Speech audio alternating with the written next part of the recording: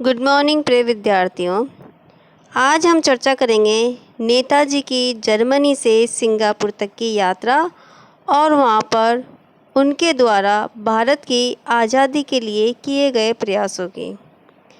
तो देखिए, हम ये पहले ही बता चुके हैं कि सुभाष चंद्र बोस अपने घर से पलायन करके किसी तरह जर्मनी पहुँचे, क्योंकि वो चाहते थे कि भारत की आज़ादी की लड़ाई बाहर से सहयोग प्राप्त करके लड़ी जाए, और इसी उद्देश्य की प्राप्ति के लिए वो जर्मनी पहुँचे। जर्मनी में वो हिटलर से मिले और उनके सामने कुछ प्रस्ताव रखे। उसमें से एक प्रस्ताव था कि जर्मनी भारतीय स्वतंत्रता संग्राम में भारत की सहायता करे। इस संदर्भ में हिटलर मौन रहे, उन्होंने कोई जवाब नहीं दिया, क्योंकि वो इस संदर्भ में भारत की सहायता करने के इच्छुक नहीं थे। यह इस स्थिति का आभास सुभाष चंद्र को हो चुका था और वो समझ चुके थे कि उन्हें जर्मनी से भारतीय आज़ादी के संदर्भ में सहायता प्राप्त नहीं होगी। अब उन्होंने एक नया रास्ता अख्तियार किया। अब वो जापान की सहायता प्राप्त करने के लिए अग्रसर हुए। इसके अलावा अब तक सुभाष चंद्र बोस के पास रास बिहारी बोस, जो जापान में थे, उनका निमंत्रण मिला कि वो आकर आज़ाद हिंद फौज की कमान संभालें, क्योंकि सुभाष चंद्र बोस जर्मनी के स्थिति या मनोदशा को भाप चुके थे और दूसरी तरफ रास बिहारी बोस का उनको निमंत्रण प्राप्त हो चुका था। इसीलिए सुभाष चंद्र बोस ने जर्मनी को छोड़ने का निश्चय किया और इसी निश्चय के साथ वो 8 फरवरी 1943 को जर्मनी के कील बंदरगाह से अपने साथी आबिद हुसैन के साथ फ्रैंकेनबर्ग से एक जर्मन यू बोट से पूर्वी एशिया के लिए निकल पड़े। इस पनडुब्बी से उन्होंने खतरनाक यात्रा तय की। यह जर्मन पनडुब्बी नेताजी व उनके साथी को हिंद महासागर में मेडागास्कर के किनारे तक ले गई। मेडागास्कर से 400 मील दक्षिण और दक्षिण पश्चिम में स्थित एक नियत स्थान पर जर्मन यू बोट से निकलकर दोनों समुद्र में तैरकर जापानी पनडुब्बी 129 तक पहुँचे।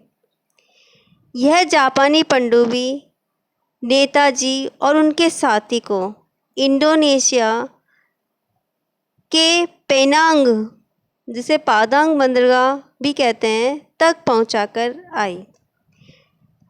कहा जाता है कि यह संपूर्ण खतरनाक यात्रा लगभग 90 दिन यानी कि 3 महीने की थी। 3 महीने की खतरनाक यात्रा करके सुभाष चंद्र बोस और उनके साथी 6 मई 1943 को पेदांग बंदरगाह तक पहुँचे थे। यहाँ पर जापान सरकार की ओर से उनके पुराने परिचित कर्नल यामामोटो ने उनका स्वागत किया। कुछ दिन यहाँ विश्राम करने के बाद नेताजी 16 मई 1943 को टोक्यो पहुँचे।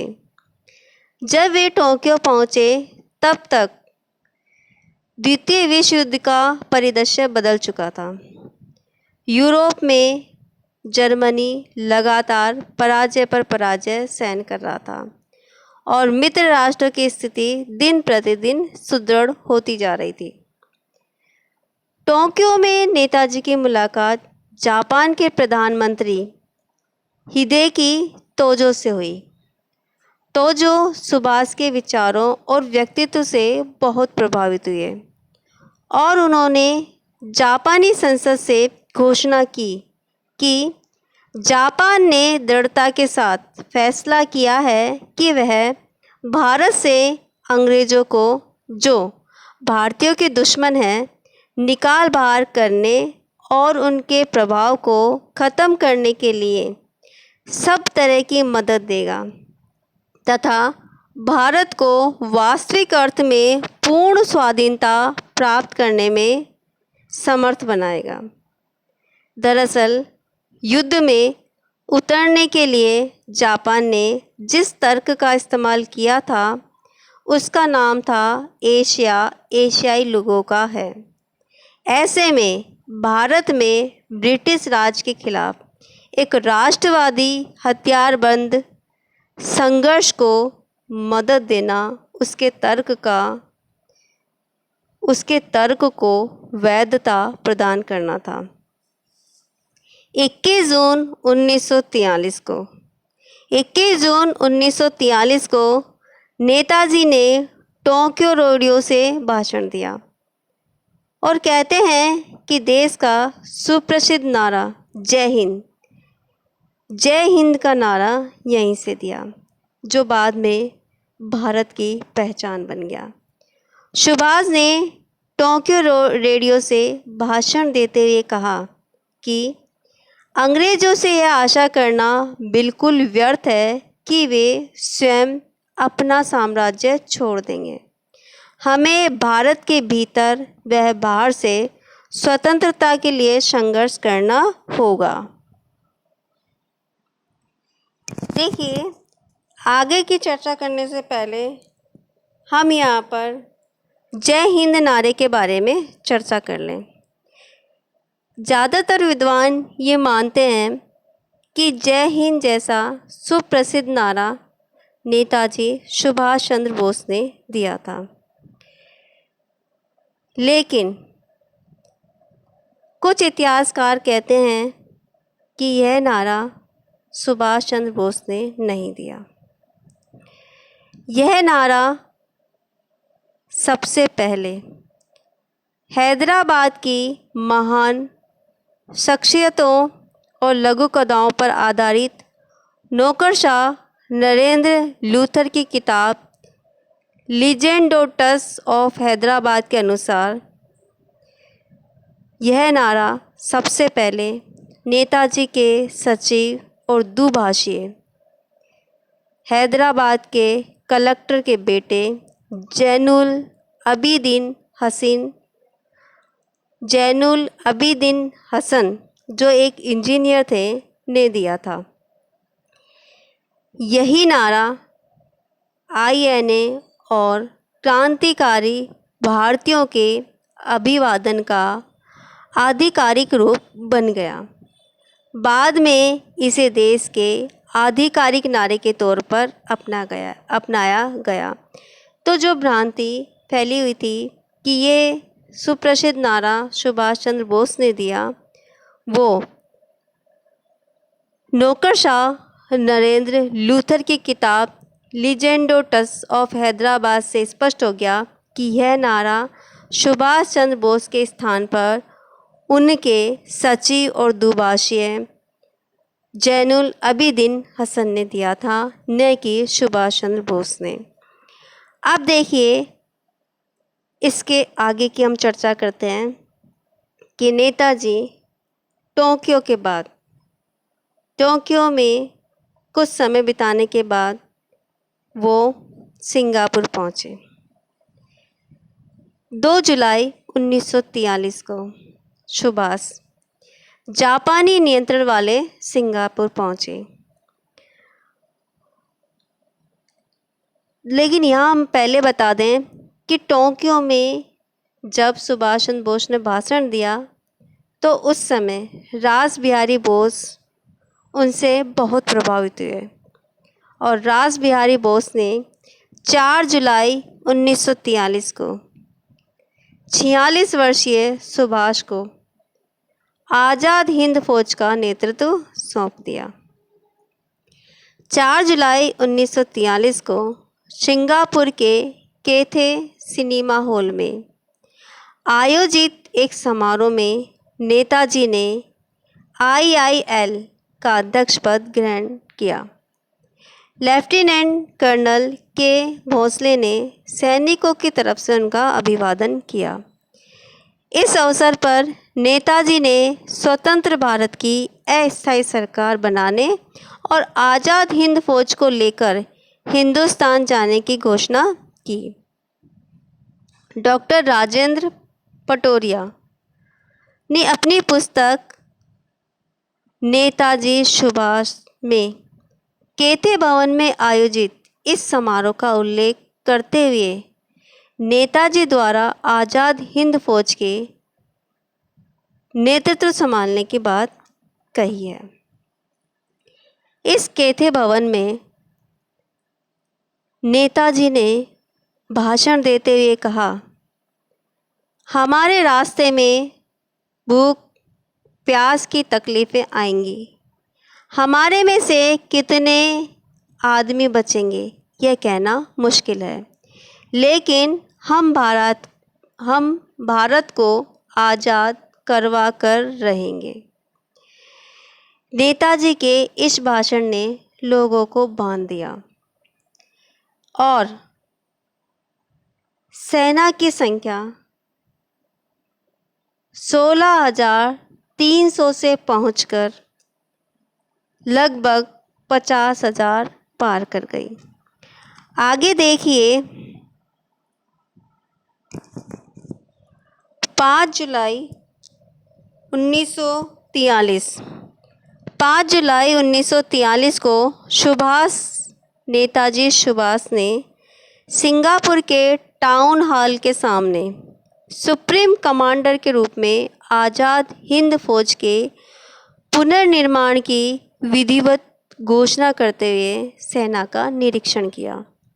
इस अवसर पर उन्होंने कहा, यह केवल अंग्रेजी दास्ता से भारत को मुक्त कराने वाली सेना नहीं है, अपितु बाद में स्वतंत्र भारत की राष्ट्रीय सेना का निर्माण करने वाली सेना भी है।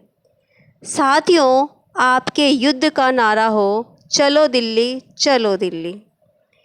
इस स्वतंत्रता संग्राम में हम में से कितने जीवित बचेंगे यह मैं नहीं जानता, परंतु मैं ये जानता हूँ कि अंत में विजय हमारी होगी और हमारा ध्येय तब तक पूरा नहीं होगा जब तक हमारे शेष जीवित साथी ब्रिटिश साम्राज्य की एक अन्य कब्रगाह लाल किला पर विजय परेड नहीं करेंगे। इसके बाद उन्होंने रेडियो पर बोलते हुए कहा, 1 वर्ष से मैं मौन एवं धैर्य के साथ समय की प्रतीक्षा कर रहा था। घटनाक्रम में वह घड़ी आ पहुंची है कि मैं बोलूं। ब्रिटिश दास्ता से भारतीयों को मुक्ति मिल सकती है। उन अंग्रेज़ों से जिन्होंने सांस्कृतिक, राजनीतिक एवं आर्थिक रूप से अब तक हमें गुलाम बना रखा है। ब्रिटिश साम्राज्य के शत्रु हमारे स्वाभाविक मित्र हैं। समस्त भारतीयों की ओर से मैं घोषणा करता हूँ कि ब्रिटिश साम्राज्य के विरुद्ध युद्ध तब तक जारी रहेगा जब तक भारत को आज़ादी नहीं मिल जाती। 21 अक्टूबर 1943 को नेताजी ने आज़ाद हिंद फौज के सर्वोच्च सेनापति की हैसियत से सिंगापुर में स्वतंत्र भारत की अस्थायी सरकार आज़ाद हिंद सरकार की स्थापना करते हुए स्वतंत्र भारत के अस्थायी मंत्रिमंडल का गठन किया। उनके मंत्रिमंडल के सदस्य थे कप्तान Lakshmi Swaminathan, lieutenant colonel AC Chatterjee, SK Iyer, lieutenant colonel Aziz Ahmed Khan, lieutenant colonel AD Lokanathan, Ehsan Qadir, Shahnawaz Khan, Raju A.M. Sahay, A. जलाप्पा, Debnath Das, Karim Ghani, D.M. Khan और ईश्वर सिंह। अपनी इस सरकार के राष्ट्रपति, प्रधानमंत्री तथा सेनाध्यक्ष तीनों का पद नेताजी ने अकेले संभाला। इसके बाद 23 अक्टूबर 1943 को नेताजी ने भारत की इस अस्थायी सरकार की तरफ से ब्रिटेन और अमेरिका के विरुद्ध युद्ध की घोषणा कर दी। कुछ ही दिनों में धुरी राष्ट्र, जिनमें जर्मनी, जापान, इटली थे तथा उनके प्रभाव के अंतर्गत काम करने वाली सरकारें, जिनमें शाम, बर्मा, फिलीपींस, कोरिया, मांचुको, आयरलैंड इत्यादि ने स्वतंत्र भारत की अस्थायी सरकार को मान्यता दे दी। जापान ने अंडमान निकोबार द्वीप समूह का प्रशासन इस अस्थायी सरकार को सौंप दिया। तो ये आज़ाद हिंद फौज की सबसे बड़ी उपलब्धि थी, जहाँ पर सबसे पहले भारतीय झंडा फहराया गया। नेताजी इन द्वीपों में गए और उनका नया नामकरण किया। जैसे कि अंडमान का नाम रखा उन्होंने शहीद द्वीप और निकोबार का नाम रखा उन्होंने स्वराज्य द्वीप। 30 दिसंबर 1943 को इन द्वीपों पर स्वतंत्र भारत का ध्वज भी फहरा दिया गया। इसके बाद नेताजी ने सिंगापुर एवं रंगून में आज़ाद हिंद फौज का मुख्यालय बनाया। लेकिन आगे की चर्चा करने से पहले हम ये देखेंगे कि नेताजी ने आज़ाद हिंद फौज का गठन किस तरह से किया। क्या रास बिहारी बोस के पास जो आज़ाद हिंद फौज थी उसी को यथावत रखा, या उसमें नेताजी ने कुछ संशोधन करते हुए उस सेना का पुनर्गठन किया? इसकी चर्चा हम अगले वीडियो में करेंगे। तब तक के लिए नमस्कार, धन्यवाद।